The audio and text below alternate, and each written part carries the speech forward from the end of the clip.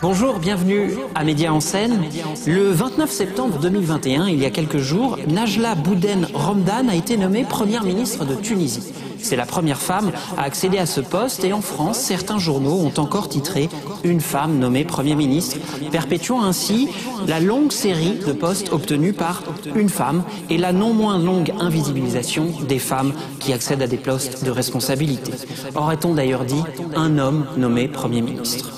À l'image des sociétés que nous analysons et sur lesquelles nous vous informons, eh bien l'industrie médiatique n'est pas exempte de biais sexistes qu'elle reproduit d'ailleurs parfois à son insu. Comme toutes les professions, la nôtre doit prendre conscience des inégalités femmes-hommes en son sein et travailler pour parvenir à l'égalité. Ce n'est évidemment pas facile, il n'est pas uniquement question d'égalité salariale ou de parité dans les rédactions, cela concerne également la manière même de couvrir les sujets et parfois même leur choix. Pour mener à bien cette évolution, certaines rédactions se sont dotées d'un gender editor, c'est-à-dire un membre de la rédaction qui s'intéresse spécifiquement à ces sujets, à la manière dont ils sont traités. En France, seul Mediapart en a un, mais aux États-Unis, c'est une tradition déjà plus ancrée. Notre invitée, à présent, en fut d'ailleurs l'une des pionnières. En 2017, elle est devenue la première gender editor du New York Times, où elle travaille toujours sur les sujets de genre et de culture, mais elle n'exerce plus cette responsabilité. Elle est également l'autrice du best-seller Le Fight Club féministe, manuel de survie en milieu sexiste. Alors pour savoir si les informations ont un genre, Média en scène a le privilège d'accueillir à l'instant Madame Jessica Bennett. Miss Bennett, hello. Jessica Bennett, bonjour. Merci de nous rejoindre à Média en scène. Merci de m'accueillir. C'est un plaisir. Comme je le disais, vous étiez la première personne chargée des questions de genre au New York Times. C'est un poste qui n'est pas très courant en France. Nous n'avons qu'un seul journal qui est chargé des questions de genre. Que signifie ce rôle ? C'est simplement pour permettre une meilleure couverture des sujets qui intéressent les femmes et les sujets de genre. Alors, bien souvent, on me pose la question de ce que c'est qu'une personne chargée des questions de genre. Certains vont penser que je travaille en ressources humaines ou des questions d'égalité. Or, non, c'est simplement s'assurer que les questions de genre sont traitées à tous les niveaux dans la rédaction et que à chaque fois nous ayons des histoires, des sujets qui soient plus représentants des questions de genre.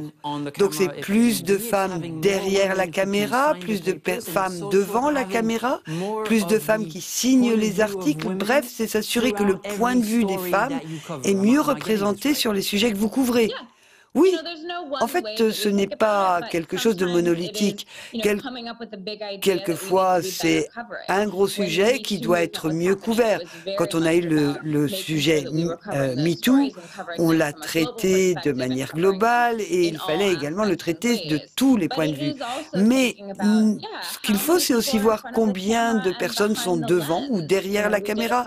Il y a quelques années, on a photographié des jeunes femmes de 18 ans à travers le monde pour voir ce qu'était la vie des jeunes femmes de 18 ans dans leur communauté, dans leur culture. Et l'on voulait s'assurer qu'il y ait des femmes à la fois devant et derrière la caméra. Vous venez dire que ce n'est pas un travail qui a quoi que ce soit à voir avec les ressources humaines. Donc, est-ce que c'est favoriser une prise de conscience ou est-ce que c'est modifier la scène des médias d'une manière générale ? Ah, pardon, mon caniche nous rejoint. Bonjour le caniche. Oui, non, mais c'est un caniche, il aime se faire de nouveaux amis. Non, moi je n'étais pas en charge de recrutement, je ne voulais pas rajouter des femmes dans les équipes. Il fallait que toutes les équipes s'engagent par rapport à ce sujet et que notre journal s'assure que sa rédaction était bien représentée. Donc je ne recrutais pas. Moi, mon travail, c'était de regarder comment nous couvrions les différents sujets, comment les femmes étaient mieux représentées dans cette couverture. C'est véritablement une prise de position féministe, car il y a comme objectif d'atteindre un traitement égal, tant en termes des sujets couverts que de qui couvre ces sujets. Est-ce que cela fait de vous une militante ou est-ce que cela fait de vous une journaliste ou un peu des deux? Non. Pour couvrir les questions internationales, il faut parler de la communauté internationale telle qu'elle est représentée. Quand on veut couvrir la politique, il faut comprendre la politique. Donc, quand on parle des histoires de genre, pourquoi est-ce que cela me transforme en militante? Je pense que nous devons tous commencer à réfléchir à la réalité. Nous n'avons pas peur de dire que les institutions médiatiques ont été historiquement créées par les hommes et pour les hommes. Or, ce n'est plus le cas aujourd'hui, mais quelquefois, on a besoin d'un petit coup de main pour pour remettre les choses à égalité. Vous venez de parler des médias aux États-Unis.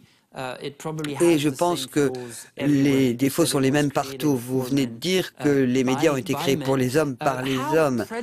Donc, quel était le niveau de préjudice du monde des médias quand vous êtes devenu, vous, chargé des affaires de genre? Est-ce que les médias reproduisent et amplifient les biais de la société ou est-ce qu'il y a des choses qui sont spécifiques au monde des médias? Non, je ne pense pas que les médias soient pires que le reste de la société. Par contre, les médias ont beaucoup de pouvoir pour changer la manière dont nous voyons les choses. L'affaire Monica Lewinsky est une affaire tout à fait exemplaire. On en parle, on en a beaucoup parlé et il a fallu un petit peu de temps pour que les médias puissent commencer à parler des histoires de harcèlement sexuel sur les femmes. On sait que ça se passe partout dans le monde, mais il a fallu du temps. Et je pense que les médias ont une véritable responsabilité pour parler de ce qui se passe dans une société. Et il faut parfois reconnaître le fait que on n'a pas bien traité le sujet, mais qu'il faut améliorer. Alors pour améliorer les choses, car nous voulons tous améliorer les choses, quel pourrait être le premier conseil que vous donneriez à une équipe de journalistes pour leur permettre de parler des sujets qui n'étaient pas abordés auparavant? Quel est votre conseil? Je pense que les journalistes doivent comprendre leur auditoire. Pour parler de la société, il faut la refléter correctement. Et pendant trop longtemps, les grands journaux, les grands médias ne donnaient pas la voix aux petits groupes très silencieux. Ils étaient là pour refléter les gens qui vivaient dans la société. Et aujourd'hui, tout journaliste doit savoir ce qui se passe sur le terrain. Et si les femmes représentent 51% de la population, eh bien, à nous de l'admettre et de le refléter. Est-ce que le genre peut être un point de vue éditorial? Je ne vous parle pas de mouvements qui ont des narratifs très féministes, mais je vous parle des médias grand public. Diriez-vous que certains sujets ne sont pas couverts parce qu'il n'y a pas suffisamment ces voix que l'on n'entendait pas auparavant? Moi, je dis que c'est un prisme par lequel on peut envisager tout notre travail de journaliste. Il y a eu des époques où on décidait de ne pas avoir un focus sur les questions de genre. C'était comme ça qu'étaient les médias par le passé. Et dans les années 50, 60, vous aviez dans les journaux une page réservée aux femmes, ce qui laissait supposer que tout le reste du journal, c'était pour les hommes, et puis les femmes avaient leur petite page qui leur était consacrée. On a fait des progrès depuis cette époque. Donc j'appelle ça un prisme. Et il faut avoir cette perspective dans n'importe quel sujet que l'on couvre. Et ce ne sont pas forcément des sujets sur le genre, mais c'est instiller cette perspective dans tous les sujets que l'on couvre. Vous venez de parler du mouvement MeToo, qui évidemment nous a ouvert les yeux à tous sur différents aspects. Il y a beaucoup de journalistes, beaucoup de gens de la société civile qui n'étaient pas au courant du harcèlement dont sont victimes les femmes partout dans le monde. Après, quelle est votre vision de la manière dont ces questions sont traitées dans les médias? Est-ce que les choses ont progressé? Qu'est-ce qu'il nous reste à faire? Eh bien, je pense que le plus important, c'est qu'on ait commencé à parler de ces sujets, que les médias aient commencé à les couvrir. Et ça a fait un effet boule de neige. Et c'est devenu un phénomène international. Et on a commencé à se poser les questions de ce que pouvaient faire les institutions. Et on s'est rendu compte de combien ces phénomènes étaient ancrés dans nos sociétés. Donc, d'une certaine manière, c'est un petit peu comme si les vannes s'étaient ouvertes et que tout à coup, on s'est mis à voir ce problème un peu partout. Moi, on me disait au départ que je couvrais mes sujets d'un point de vue féministe. Et puis, quand le mouvement MeToo s'est produit, tout à coup, le voile s'est levé et tout a été vu par ce prisme. Et je pense que pour la société au sens large, c'est la même chose quand vous êtes exposé à une réalité. Il est difficile de fermer les yeux. Et je pense qu'il y a véritablement eu une prise de conscience au niveau international de ce qui se passe sur le terrain, que les gens en sont plus conscients et ça, c'est très positif. Pour autant, il reste des choses à faire et je le disais dans mon ouverture, en France, certains journaux font leur gros titre en disant « une femme nommée à tel ou tel poste ». Donc, il semble que ce soit un réflexe naturel pour les journalistes et qu'ils aient du mal à nommer les femmes. Donc, est-ce que c'est une question de génération? Est-ce que c'est une question d'éducation, de formation? Comment faire pour éviter de dire « une femme nommée » et au lieu de dire « Madame, un tel nommé ». Oui, vous parliez d'une femme qui avait été nommée à un poste en particulier? Oui, tout à fait. En fait, les choses ne sont pas si dures. On peut regarder les chiffres. Si les femmes représentent plus de 50% de la population, il faudrait qu'elles représentent 50% des postes de responsabilité dans les rédactions. Est-ce qu'on en est là? Non, évidemment. Donc, à nous de continuer à faire des efforts pour rattraper cela. Et si on veut bien travailler sur les sujets sur les femmes, eh bien, il faut peut-être les confier aux femmes. Ça ne veut pas dire que les hommes ne soient pas capables de traiter de sujets importants pour les femmes, mais pourquoi pas des femmes? Et c'est pas si compliqué qu'on le pense. Alors, oui, il y a des avancées pour les femmes, mais on parle moins de la première femme à faire telle ou telle chose aujourd'hui. Donc les choses ont progressé. Il faut maintenant que les choses soient totalement normalisées pour qu'on n'ait plus à mettre les spotlights sur ces femmes.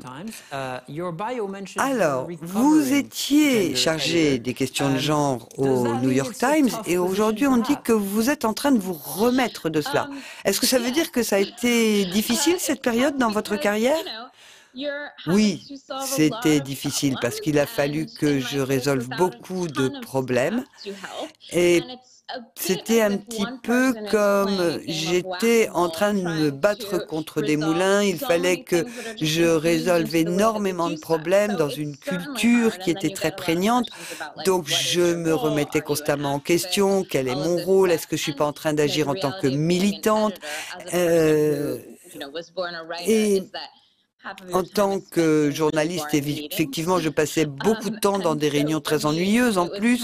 Donc, il était temps que je laisse ce poste et que je revienne à mes racines qui sont des racines de journaliste. Donc, oui, c'était dur et c'est dur. Donc, je suis désolé de vous avoir posé des questions que tous les journalistes vous ont déjà posées auparavant. Vous venez d'écrire un livre qui s'appelle le Fight Club féministe.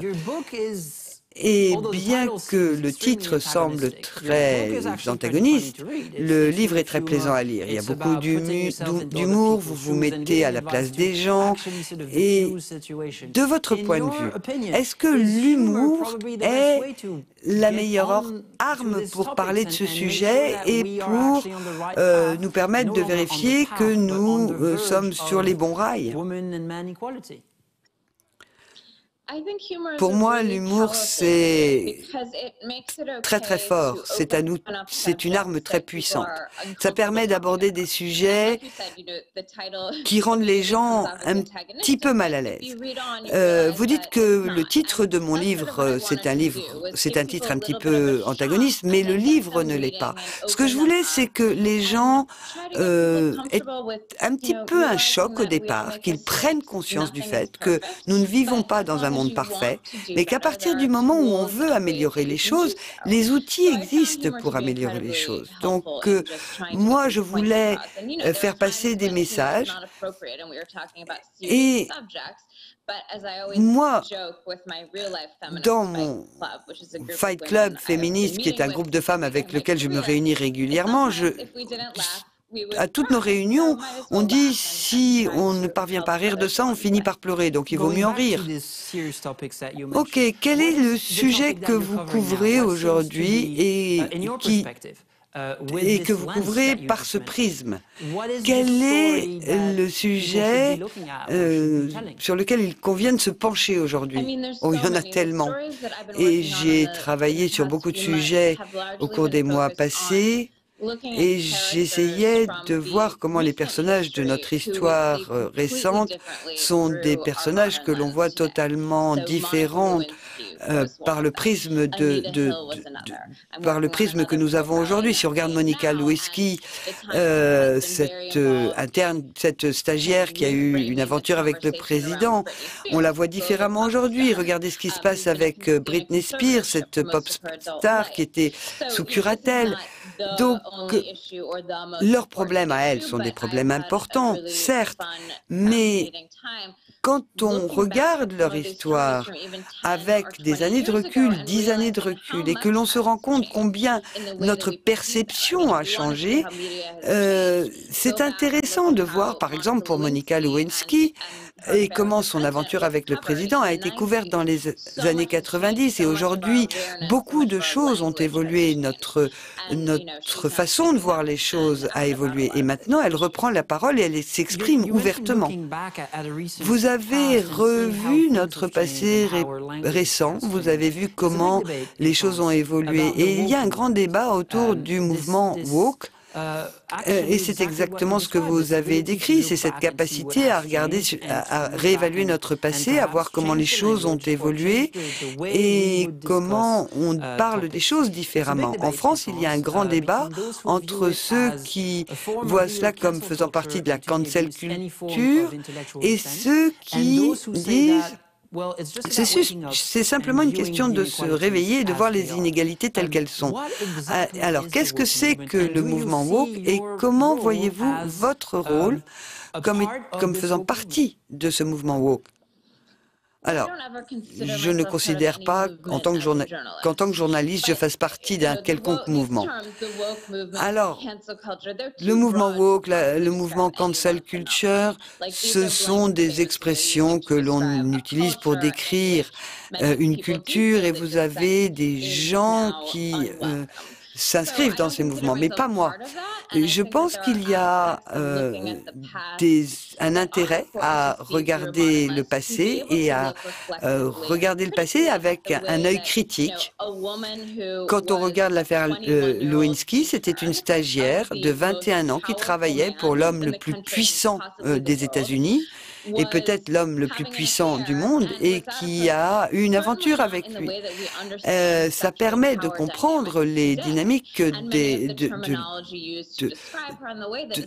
la puissance aujourd'hui et de l'autorité. Et je pense qu'il faut à chaque fois resituer les choses dans le passé. On peut les regarder avec notre prisme d'aujourd'hui, mais on ne peut pas changer ce qui s'est passé à l'époque. Donc moi, je pense qu'il est important de regarder ce qui s'est passé par le passé et de mieux comprendre ce qui se passait à l'époque. Ça ne veut pas dire que ça résolve tous les problèmes, mais quand on se repenche sur l'histoire et quand on voit toutes les composantes négatives autour d'un sujet, ça permet de mieux comprendre les dynamiques en jeu. Autre question, et ce sera ma dernière, une question sur les définitions. Quelquefois, le féminisme est difficile à définir. Et je me souviens du livre de Roxane Gay qui s'appelle Bad Feminism et vous avez le livre de Manon Garcia. Comment est-ce que vous définissez le féminisme ou comment définiriez-vous votre façon, votre manière d'être féministe? Pour moi, c'est très simple. C'est combattre les inégalités entre les sexes. Alors, on disait entre les sexes par le passé. Mais c'est l'inégalité entre les personnes. C'est aussi simple que cela. Et historiquement, c'était très connoté. Et les gens ne voulaient pas être traités de féministes pour beaucoup de raisons. Mais quel que soit le mot que vous utilisez, si vous vous battez contre les inégalités, vous allez aboutir à une meilleure qualité de journaliste, à un monde meilleur. Donc, c'est pas si compliqué que ça. Oui, et je pense aussi que c'est pas compliqué de réfléchir à cela dans une rédaction. Merci, Mademoiselle Bennett, d'avoir été avec nous sur Médias en scène. Et merci à votre caniche de nous avoir rejoints. Je vous remercie pour le temps que vous nous avez consacré. Nous allons continuer à parler de ces histoires qui devraient être plus vues, qui devraient être plus lues ou qui devraient plus être entendues. Nous nous penchons maintenant sur la vie de la jeunesse en Iran. C'est le sujet de Happiness et son créateur Pouria Takavar est tout de suite au micro de Danaëlla Rivière et Marie Toussaint qui ont été indispensables dans la préparation de cette édition de Médias en scène. Danaë et Marie, c'est à vous.